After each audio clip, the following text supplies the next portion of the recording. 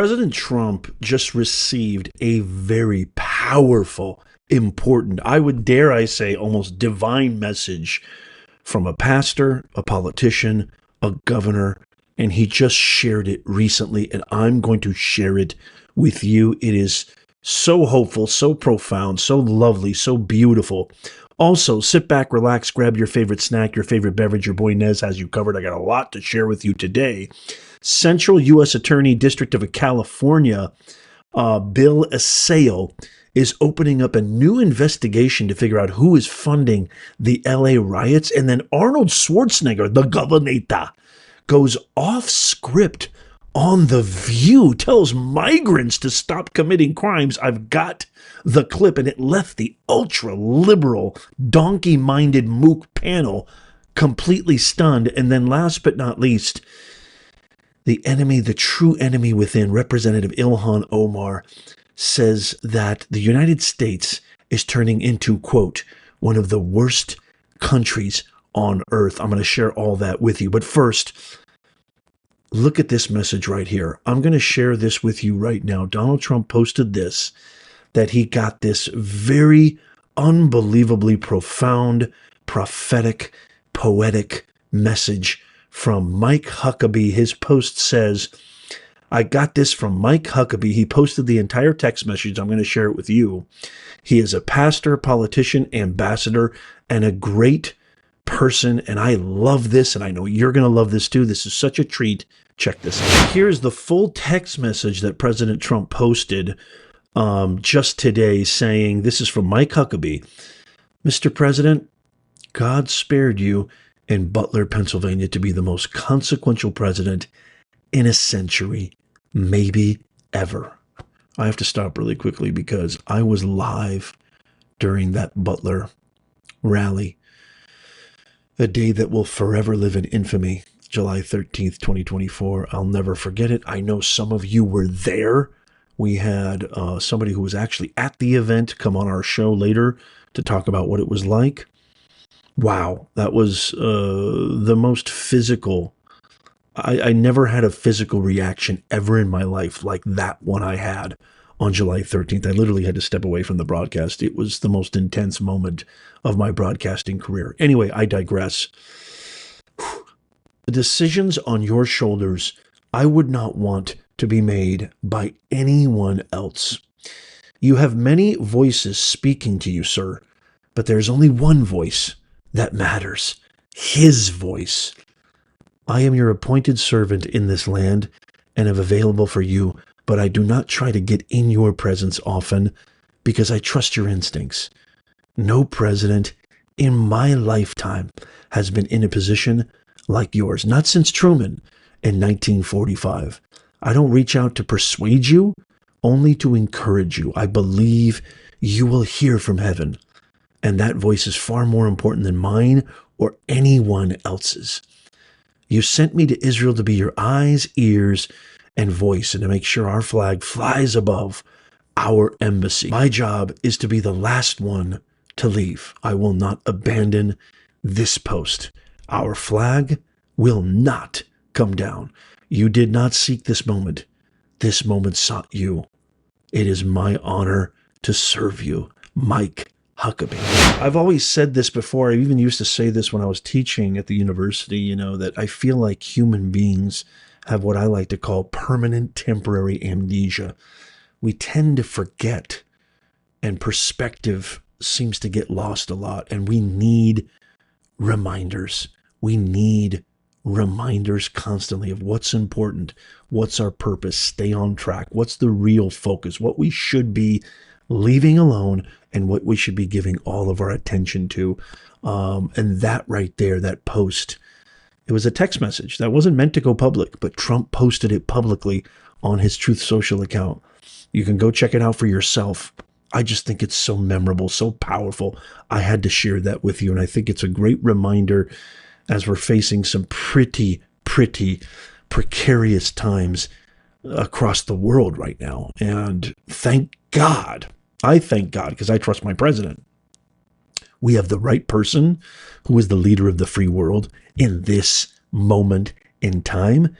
And I don't care what anybody says, after what happened July 13th, after what they tried to do to him, and this moment right here, I truly believe, because I am a God-fearing, God-believing man, I truly believe that President Trump is the perfect individual for this moment, and God intended President Trump to be the one who oversees this moment right here in the history of mankind. I can't wait to get your thoughts on this. Let me know what you think in the comments down below. Okay, in our next story, we have some breaking news. Bill Asaley, the U.S. Attorney for the Central District of California, and FBI LA are investigating who is funding the LA riots, because you and I both know there's no way with those shields, those magical shields that show up and all these people being bussed in. It was not accidental. These were not just random people. This was all an orchestrated bedlam. Check out this clip right here of the U.S. Attorney talking about this investigation real quick. Hello, I'm Bill Asaley, United States Attorney for the Central District of California. And I'm Akil Davis, the Assistant Director in charge of the FBI's Los Angeles Field Office. And I'm Tyler Hatcher, the Special Agent in charge of IRS Criminal Investigation here in Los Angeles. The right to assemble and protest peacefully is protected by law. Unfortunately, we've seen individuals whose intentions are to cause damage and to assault law enforcement. For example, last week we arrested an individual who was charged with conspiracy to commit and aiding and abetting civil disorders. These violent agitators put peaceful demonstrators at risk. The FBI and our federal partners will continue to investigate individuals and organizations who are knowingly funding or committing acts of violence against law enforcement, as well as the destruction of property. We are currently tracing money to determine who is providing funding for these riots. Funding crime doesn't just affect the criminals, it also disrupts entire communities. Each dollar funneled into illegal operations fuels violence, undermines law and order, and perpetuates fear. Make no mistake, we will identify and disrupt financial networks supporting these criminal activities. Think before you act. The legal consequences for financing or aiding and abetting these crimes are harsh. They include imprisonment and fines. If you have any information regarding individuals and/or organizations providing financial support to commit acts of violence or destruction of property, please dial 1-800-CALL-FBI or visit tips.fbi.gov. You can also upload your images and videos to fbi.gov/LA officer assault. The United States government will continue to safeguard constitutionally protected rights, but we will not tolerate assaults on law enforcement, destruction of property, or any violent acts that puts the community in harm's way. I didn't know the IRS was involved in that too. Finally, the IRS will be put to some good. We definitely know for a fact that there is no way that you have these random agitators. All of this was orchestrated. All of this was planned. All of this had systematic, real, organization behind it. So I hope we get to the bottom of that. I hope we find out who that is. This has to stop, and we've got the worst leadership on planet Earth in California and all these other sanctuary. We should make sanctuary cities illegal. Sanctuary city is a euphemism for, oh, you want to commit crime? Come on in. It makes absolutely no sense. It's anti-American. It's anti-constitutional. It needs to go like yesterday. Okay, in our next clip, let me know what you think in the comments down below. I can't wait to hear your comments on that. I'm sure you've got a lot to say about that. Arnold Schwarzenegger, former governor, the Terminator.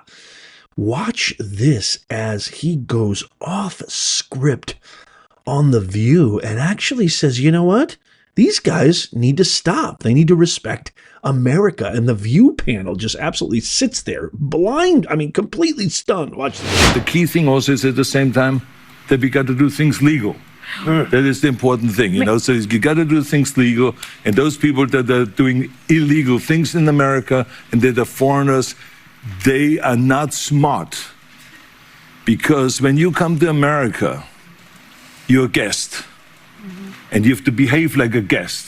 Like when I go to someone's house and I'm a guest, then I will do everything I can to keep things clean, and to make my bed and to do everything that is the right thing to do rather than committing a crime or being abusive or something like that. So that doesn't really work in this country. So I think the important thing is when you become an immigrant, look at Whoopi, to think about, okay, I go to America because I want to use America for the great opportunities that America has in education, in jobs, creating a family, all of those kind of things.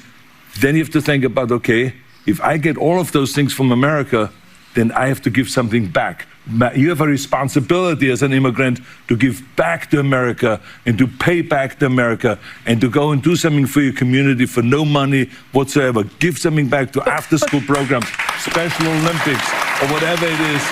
Make this country a better place. It's hard to believe that somebody from Holly Weirdo could actually make some sense. And Schwarzenegger has been a very staunch anti-Trumpster for a very, very long time. I mean, even though he was a former Republican, he comes from an old bygone faction of the Republican Party.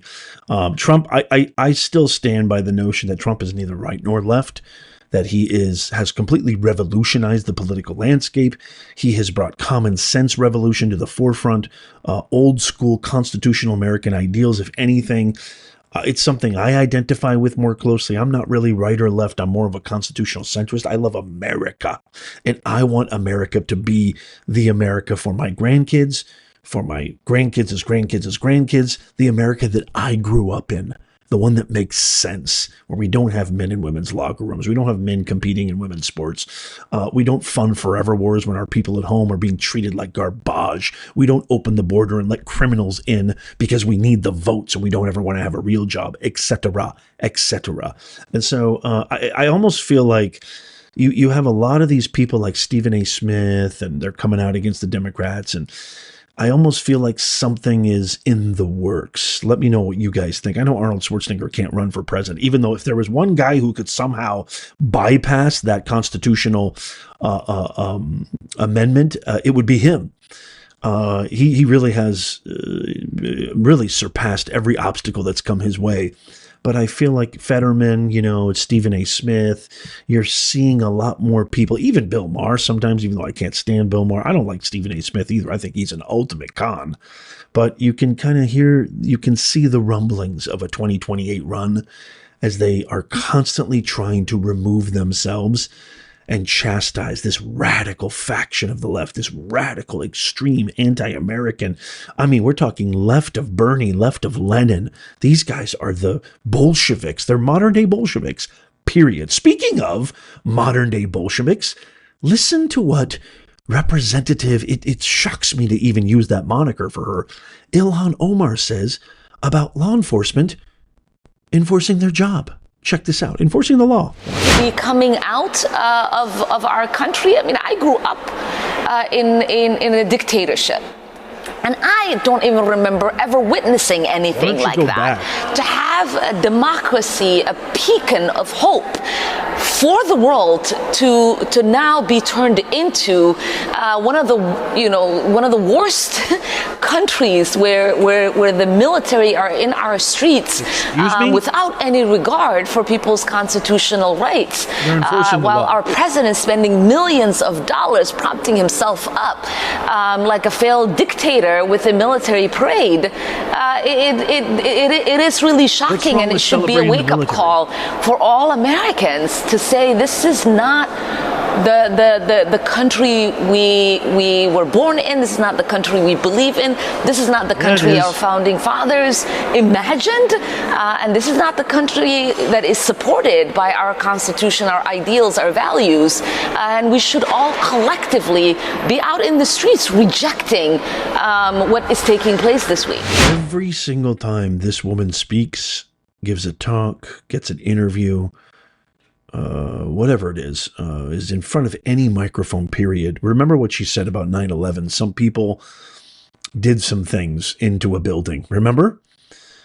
When you go to a Trump rally, let me know what you think in the comments. I'm dead serious. This is a question. Free poll. Let's have a free poll. Quite frankly, probably the only guy who has big, beautiful polls is me, right? That's right, Mr. President. I love you. When I do that impression, by the way, it's a homage. I love our president. I know you do too. Sometimes I get these comments like, are you making, no, I'm not mocking him. I love him. I love him. And I know you do too. When you leave or listen or watch a Trump rally, I mean, I feel like jumping outside, taking my shirt off, jumping on my roof and singing the national anthem. I get so filled with vigorous, alive, energetic pride for my country. It's the exact opposite when you listen to her talk, AOC talk, Ghetto Crockett talk, Bernie Sanders, Pelosi, Schumer, Popper Padilla. It's the exact opposite. You literally feel like these guys hate America. It's like Trump was right about everything. And to even prove that even more, I want to share with you an Instagram post from Ilhan Omar's daughter. Watch what she says here. Check this out. So I think it's since been deleted, but the internet is forever. But look at what she posted. She posted this on her Instagram story where she says, from LA to Rafah, there is one common oppressor. Death to the colonial empire. Life for our children. Death to the colonial empire. This is Ilhan and her daughter. These people hate America, period. I just don't understand it. Why are you here? Why are you here? If you're in the middle of downtown Los Angeles, New York City, wherever, waving a Mexican flag, burning down, looting stores, destroying city property, burning American flags, what are you doing here? Like, what are you doing here? Nobody loves Mexico more than the people who refuse to live there. Nobody loves Somalia more than the people who represent Somalia in our Congress but refuse to move there. Why are you here? Get the hell out of here. Nobody's going to miss you. Bye-bye. See ya. Wouldn't want to be ya. Hasta la pasta. It's all over. I can't wait to get your thoughts on this and all the other stories, especially that beautiful message from Huckabee. Let me know what you think in the comments down below. If you love America, tap that thumbs up. You can even do it on your TV with your remote. If you're watching right now on TV, it does nothing. It doesn't cost you a thing, but it helps us immeasurably because we need our message to get out there. I am Professor Nez, host of this show, Nez Nation Live. Our mission is to make common sense go viral. You can help. Tap the thumbs up, leave a comment. Check out these videos coming up on the screen right here. Just in case you missed them, tap my face right there to subscribe and follow. It's free. And as always, may God bless you and may God bless the USA and all who defend her. I'll see you soon.